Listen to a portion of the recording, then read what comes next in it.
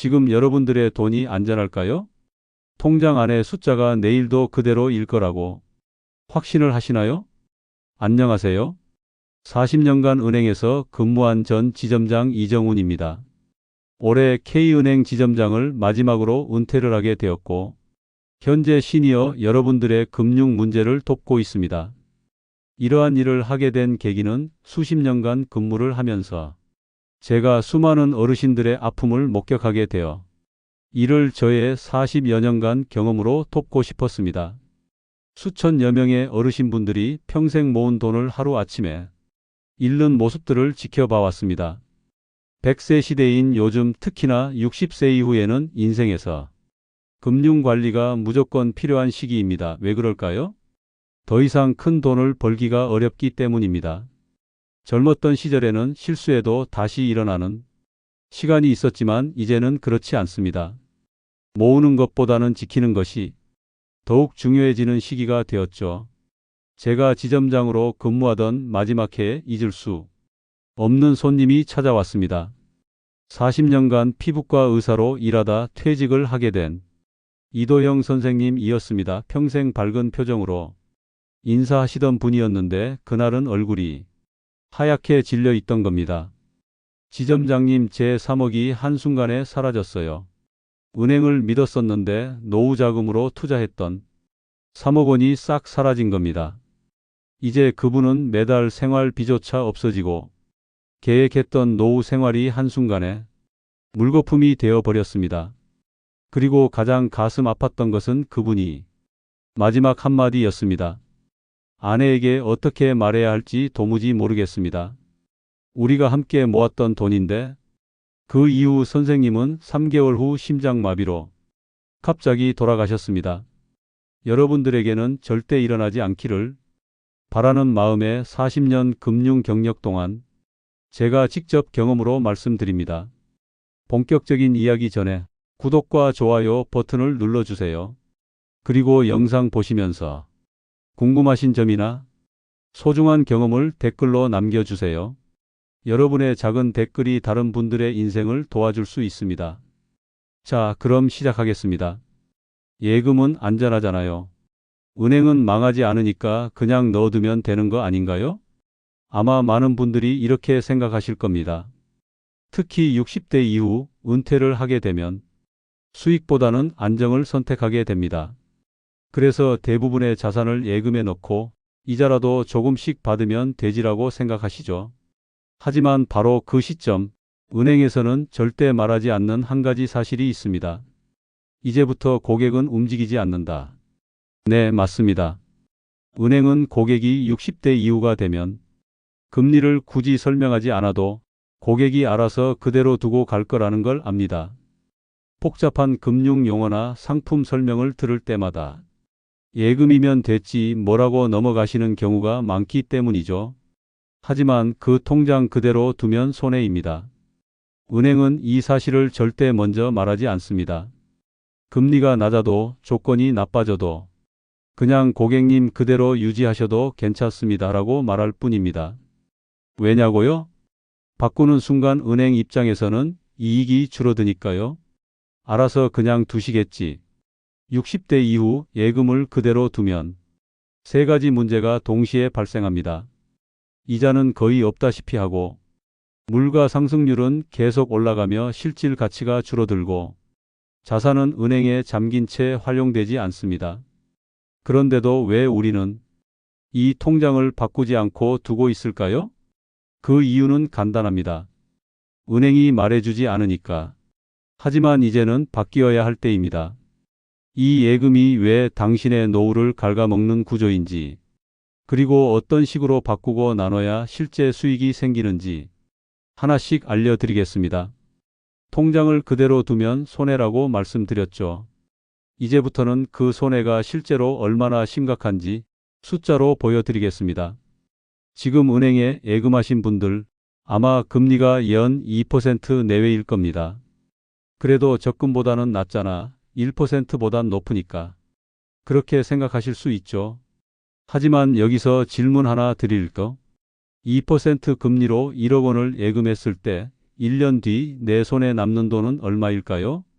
정답은 새우 약 158만 7천 원. 이자 소득세 15.4%를 제하면 실제로 받는 금액은 생각보다 훨씬 적습니다. 월로 환산하면 약 13만 원대.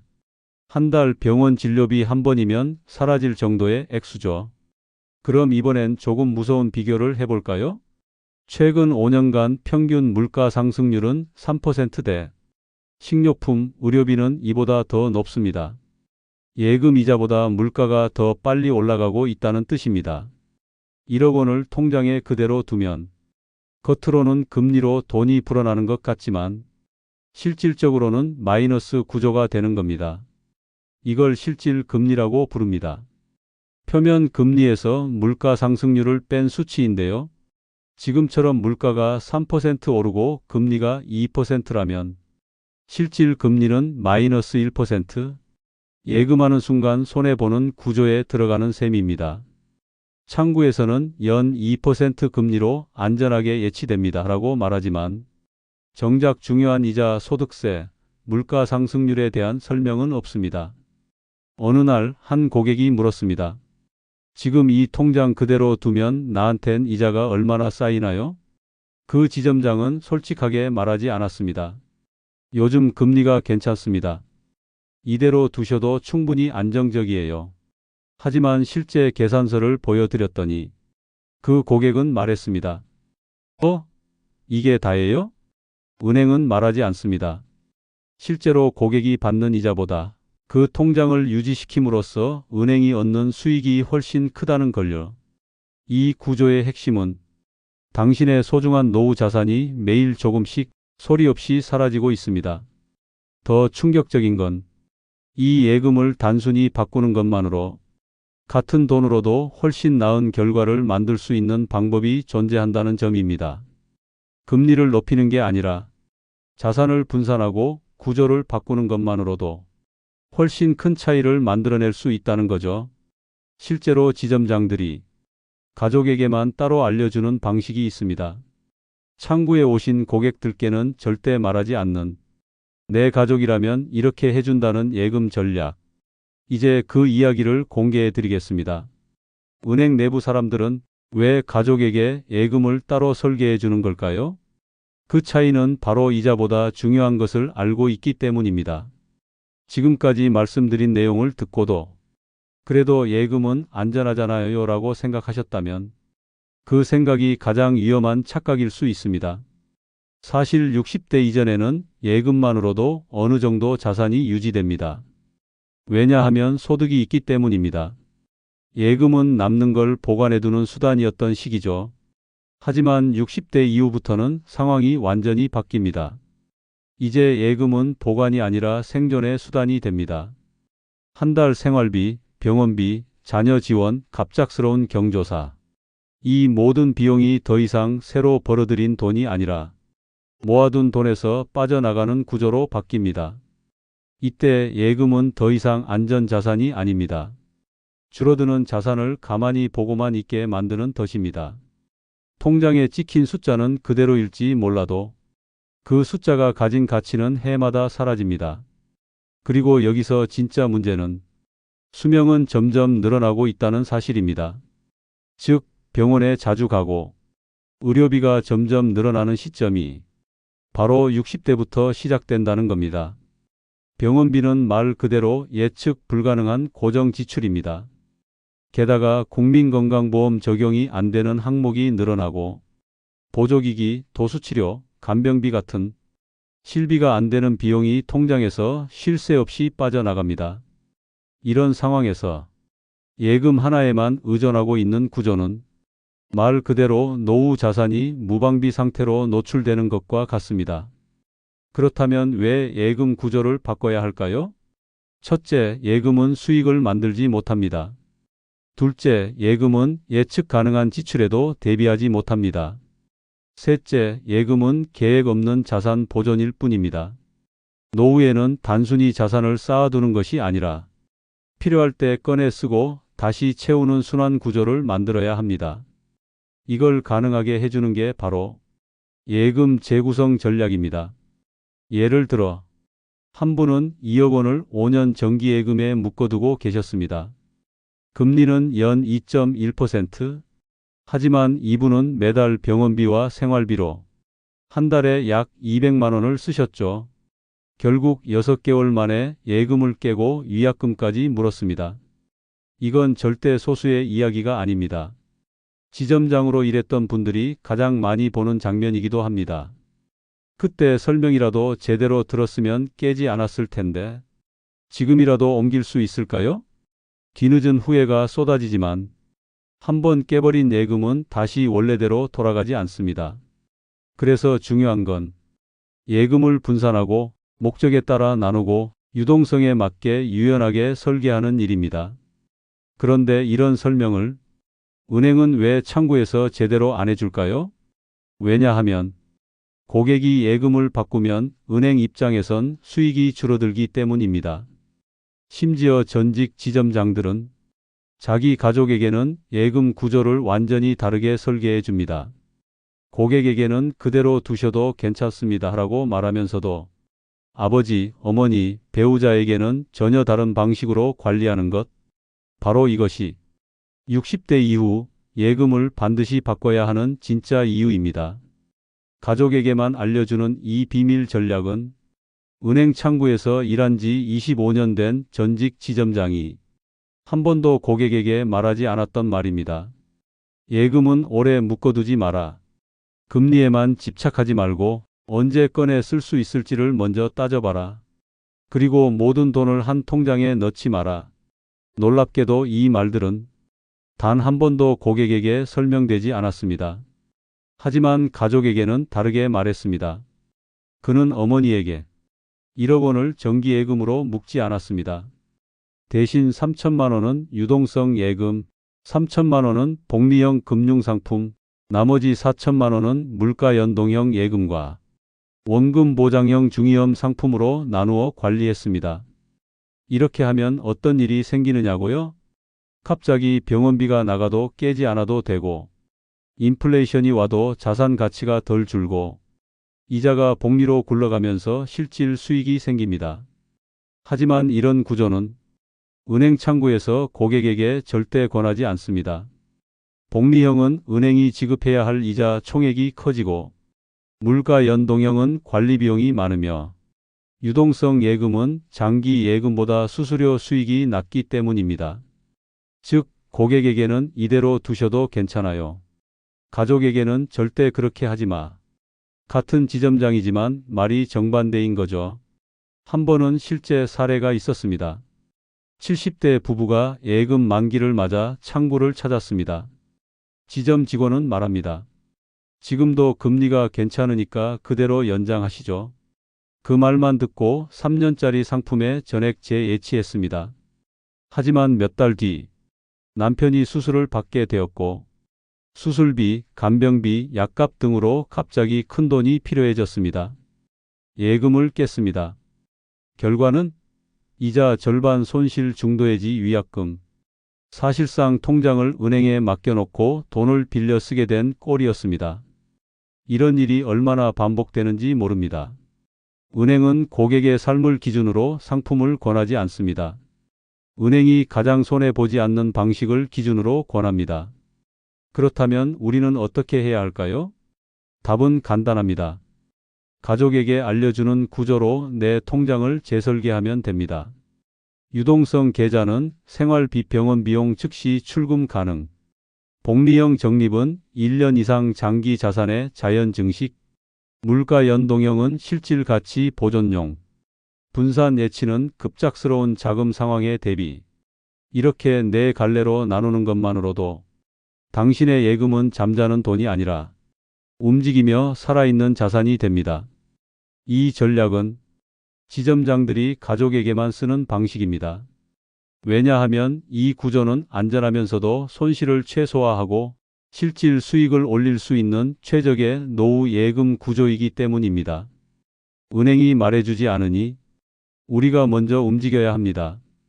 이제 예금은 안전하다라는 믿음은 버리셔야 합니다.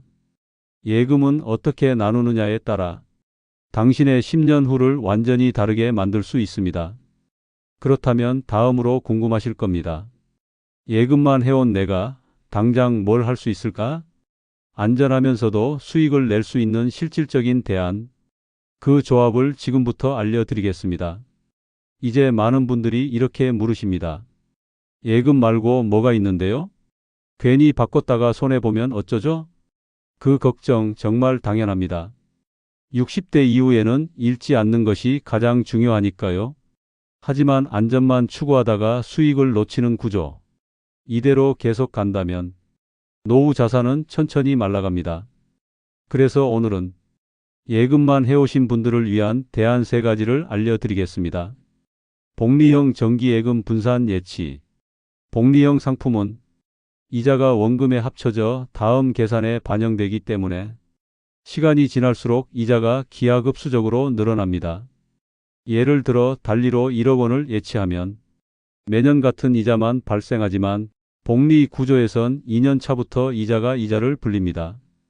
단점은 중도 해지하면 복리 혜택이 사라진다는 것. 그래서 전액을 한 번에 넣지 말고 금액을 나눠 분산 예치해야 합니다. 예 1억 3천만 원씩 세 통장 1천만 원씩 네 통장.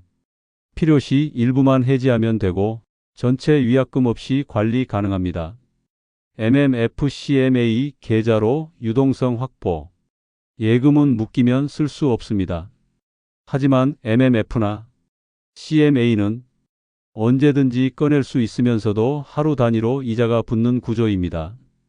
특히 MMF는 안전자산인 국공채나 단기 채권에 투자하는 구조라 예금보다 조금 더 높은 수익률을 기대할 수 있습니다. 예금으로 생활비를 쓸 때 매달 통장을 깨기보다는 MMF나 CMA에서 먼저 출금하고 예금은 그대로 유지하는 것이 더 현명한 방식입니다. 게다가 이 두 계좌는 자동이체, 생활비 분할 이체 기능도 가능해 60대 이상에게 매우 적합한 구조입니다. 절세형 상품 활용 ISA 계좌. 많은 분들이 모르는 절세형 금융상품 중 가장 손쉬운 게 바로 ISA 개인 종합 자산관리 계좌입니다. ISA는 예금, 펀드, ETF 등 다양한 상품을 하나의 계좌 안에서 관리할 수 있는 구조인데 운용 수익에 대한 세금을 거의 내지 않아도 되는 장점이 있습니다. 일반 예금은 이자 소득세 15.4%가 붙지만 ISA는 일정 한도 내에서는 비과세, 초과 금액도 9.9%로 줄어듭니다. 특히 수익형보다 보수적인 운용이 가능하기 때문에 60대, 70대 고객에게 매우 적합한 상품입니다. 심지어 은행 창구에서도 ISA는 복잡해요라며 권하지 않거나 설명을 회피하는 경우도 많습니다. 그 이유는 간단합니다. 은행 입장에선 수익이 별로 안 되기 때문입니다. 하지만 고객 입장에서는 수익도 세금도 구조도 훨씬 유리한 선택입니다. 지금까지 예금만 해오셨던 분들일수록 ISA 같은 계좌 하나쯤은 꼭 열어두는 게 좋습니다. 이 3가지 대안은 결코 위험한 투자가 아닙니다. 예금을 대신하는 게 아니라 예금의 한계를 보완해주는 안전한 우회로입니다. 1억 원을 그대로 1% 예금에 묶느니 3천만 원은 복리형, 2천만 원은 MMF, 3천만 원은 ISA, 나머지는 생활비 통장으로 돌려 유동성과 수익, 안정성을 함께 잡는 구조. 이게 바로 지점장들이 고객에겐 말하지 않고 가족에게만 알려주는 자산 운용법입니다. 그럼에도 불구하고 은행 창구에서는 여전히 이대로 두셔도 괜찮습니다만 반복됩니다. 이제는 내가 나를 지켜야 할 때입니다. 절대 손해보지 않는 구조에서 조금이라도 수익이 생기는 구조로 예금의 목적 자체를 바꾸는 것, 그게 진짜 노후 준비의 시작입니다. 예금에도 분명 위험한 유형이 있습니다. 절대 가입하면 안 되는 예금 구조를 실제 사례와 함께 풀어드리겠습니다. 지금까지 예금의 대안과 개선 방법을 살펴봤다면 이제는 꼭 짚고 넘어가야 할 부분이 있습니다. 바로 절대 가입하면 안 되는 예금 유형.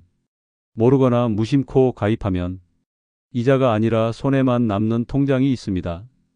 문제는 이런 상품들이 은근슬쩍 권유되고 있다는 점입니다. 특히 60대 이후 고객은 창구에서 이 상품 괜찮습니다라는 말에 의심 없이 서명해 버리는 경우가 많습니다. 하지만 은행이 조용히 웃고 있는 순간 당신의 예금은 이미 불리한 조건으로 묶였을 수 있습니다. 자동 갱신형 예금 묶이는 순간 빠져나올 수 없다.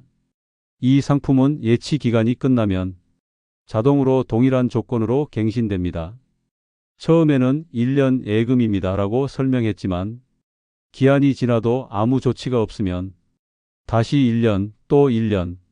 금리는 점점 낮아지고 조건은 나빠지는 구조로 계속 연장됩니다.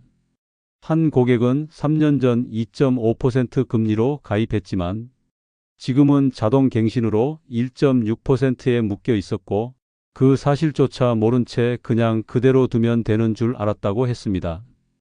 은행은 말하지 않지만 금리가 떨어져도 고객은 손해를 체감하지 못하니까요. 우대금리 조건형 받기 힘든 이자 약속. 최대 연 3.2% 드립니다. 혹시 이런 문구 보신 적 있으신가요? 이건 기본금리 우대금리 구조인데 문제는 이 우대 조건이 말도 안 되게 까다롭다는 점입니다. 급여 이체 월 100만 원 이상, 공과금 3건 자동 이체, 체크카드 월 50만 원 사용, 앱 로그인 월 5회 이상. 이걸 한두 달 놓치는 순간 우대금리는 무효가 되고 실제로 받는 이자는 1% 초반으로 확 떨어집니다. 그리고 웃긴 건 이런 조건을 만족시키는 고객은 애초에 예금보다는 다른 금융상품을 사용하는 젊은 세대라는 겁니다. 60대 이상 고객에게 이 조건은 현실적으로 달성하기 어렵고 결국 기대했던 이자는 받지 못하는 결과로 이어집니다. 복합 판매형 예금인 줄 알았는데 사실상 투자 상품. 이건 정말 위험합니다. 예금이라고 해서 가입했는데 설명서나 상품 안내서를 보면 뒤에 투자형이라는 문구가 적혀 있는 경우가 있습니다. 대표적인 예가 ELD, ELS 연계형 예금. 원금은 보장됩니다. 대신 성과에 따라 추가 이자를 드립니다. 이렇게 말하지만 성과가 안 나오면 이자는 거의 0에 가깝고 경우에 따라 수익이 확정되지도 않는다는 사실을 강조하지 않습니다. 어르신들이 이해하기 어려운 구조를 괜찮습니다. 안전해요 라는 한마디로 포장해 가입을 유도하는 식입니다. 이런 상품들은 예금처럼 보이지만 예금이 아닌 회색지대에 속하며 금융사기와 유사한 피해 사례도 존재합니다. 지금까지 설명한 이 세 가지 예금 유형은 60대 이후엔 절대 피해야 할 구조입니다. 단순해 보이지만 복잡한 조건이 숨어 있고 이자보다 손해가 크며 결국 은행만 이득을 보는 설계로 되어 있습니다. 예금은 언제든 꺼낼 수 있어야 하고 이자는 현실적으로 받을 수 있어야 하며 위험 요소가 명확히 구분되어 있어야 진짜 안전한 자산입니다. 이제 마지막으로 내가 지금 사용 중인 예금 통장을 어떻게 점검하고 어떤 순서로 바꿔야 하는지 구체적인 실천 단계를 정리해 드리겠습니다. 끝까지 이야기를 듣고 계신다면 아마도 이미 하나쯤은 예금 통장을 갖고 계실 겁니다. 하지만 그 통장이 내 자산을 지켜주는 든든한 버팀목인지 아니면 소리 없이 돈을 녹이고 있는 함정인지 한 번도 제대로 점검해 보신 적이 없을 수 있습니다. 지금 통장만 꺼내면 바로 점검할 수 있습니다. 제가 알려드릴 3단계 예금 점검표로 당신의 통장을 구조 조정해 보세요. 1단계 금리 확인. 나는 연 몇 % 받고 있는가? 생각보다 많은 분들이 자신의 예금 금리를 정확히 모르고 계십니다. 심지어 0.8%, 1.2%인데도 괜찮겠지 하고 넘어가곤 하시죠. 지금 스마트폰 앱이나 인터넷 뱅킹에서 예금 상세 내역을 열어보세요. 기본금리, 우대금리, 세후 수령액. 이 세 가지를 모두 확인해야 합니다. 그리고 반드시 비교하세요. 다른 은행 같은 금액, 같은 기간일 때 어디가 실질적으로 이자가 높은지, 금리가 0.5%만 차이 나도 1억 원 기준 연간 50만 원, 10년이면 500만 원의 차이가 납니다. 2단계 기간 점검 지금 이 돈 언제쯤 쓸 예정인가? 3년짜리 예금인데 1년 안에 병원비로 꺼낼 예정이시라면 그 예금은 수익이 아니라 손실 구조입니다. 무조건 기간이 긴 게 좋은 게 아닙니다. 필요한 시점을 기준으로 기간을 쪼개야 합니다. 생활비 언제든 인출 가능한 유동성 계좌 6개월 1년 내 필요 자금 단기 정기예금 1년 이상 보존 가능 자금 복리형 장기 예치 또는 절세형 상품 이렇게 자금 목적과 시점을 기준으로 분산해 두면 갑작스러운 상황에서도 예금을 깨지 않고 필요한 돈만 꺼낼 수 있습니다. 3단계 수령 방식 재설계 한 통장이 아니라 여러 개로 나누자. 많은 분들이 1억 원을 그냥 한 통장에 넣습니다. 하지만 그건 예금을 묶는 것이지 관리하는 것이 아닙니다. 이제부터는 통장을 이렇게 나눠보세요. 생활비 통장 MMF, CMA, 월 자동이체 설정. 중기예금 통장 복리형 6개월에서 1년 단위. 장기예금 OISA 통장 복리 절세. 비상금 통장 언제든 출금 가능 위기 대응용. 이 네 가지를 가지고 있으면 수익과 안정, 유동성, 절세를 모두 챙기는 노후 예금 포트폴리오가 완성됩니다.